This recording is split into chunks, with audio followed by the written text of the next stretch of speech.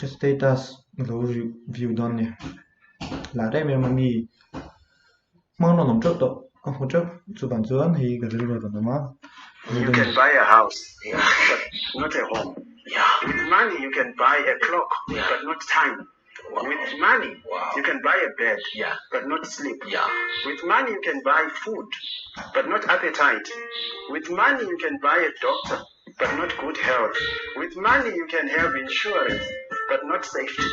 And this is the problem that we all have. There are things that you cannot buy with material wealth, with money. dik vía và sẽ cái hàng review chiang ô bel chiang theo You can buy a house, but not a home. house lấy thế á home lấy thế rồi dik lúc tục mà sẽ đi hiện thì theo house tới lâu ta lên đi home này theo intel lâu chuan home này hết khóc này house tới lâu chuan home này hết khóc này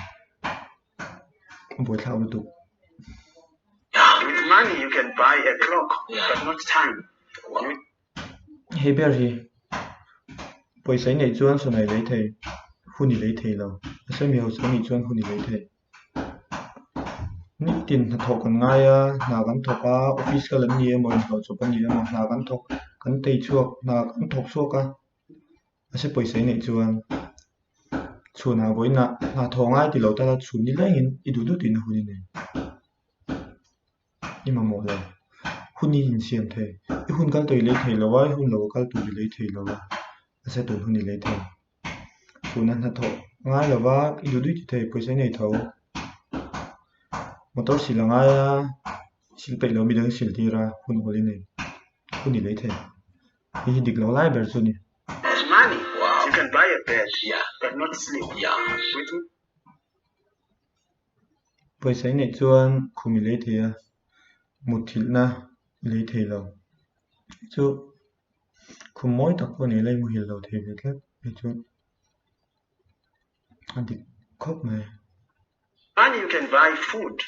but not appetite. comment With la money, you can buy a doctor, but not good health. buổi sáng này chuan doctor lấy thế doctor rồi thế sẽ sẽ na lấy thế lo chu dik lo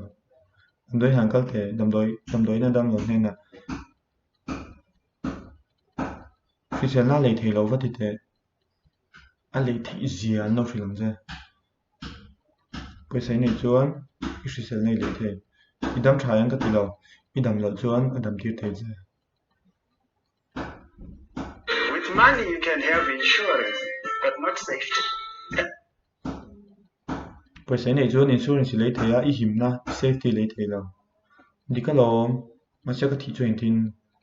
ka fa ba in paisa lo nei mai don lo insurance trong kan ko fa ten paisa lo nei mai don lam ka fa te ka chung te ko na te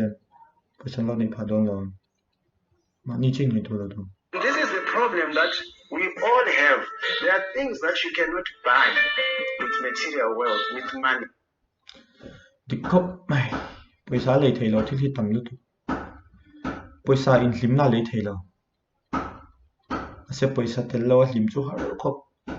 paisa in home lấy thế lo mà sẽ paisa tel lo home lấy chu har khop paisa in christian na lấy thế lo sẽ paisa tel lo christian chu har site khat chen lo la in pot ti don la paisa jo lo poi mo ber a poi mo ber ani lo mà sẽ kan ma mo nge pot do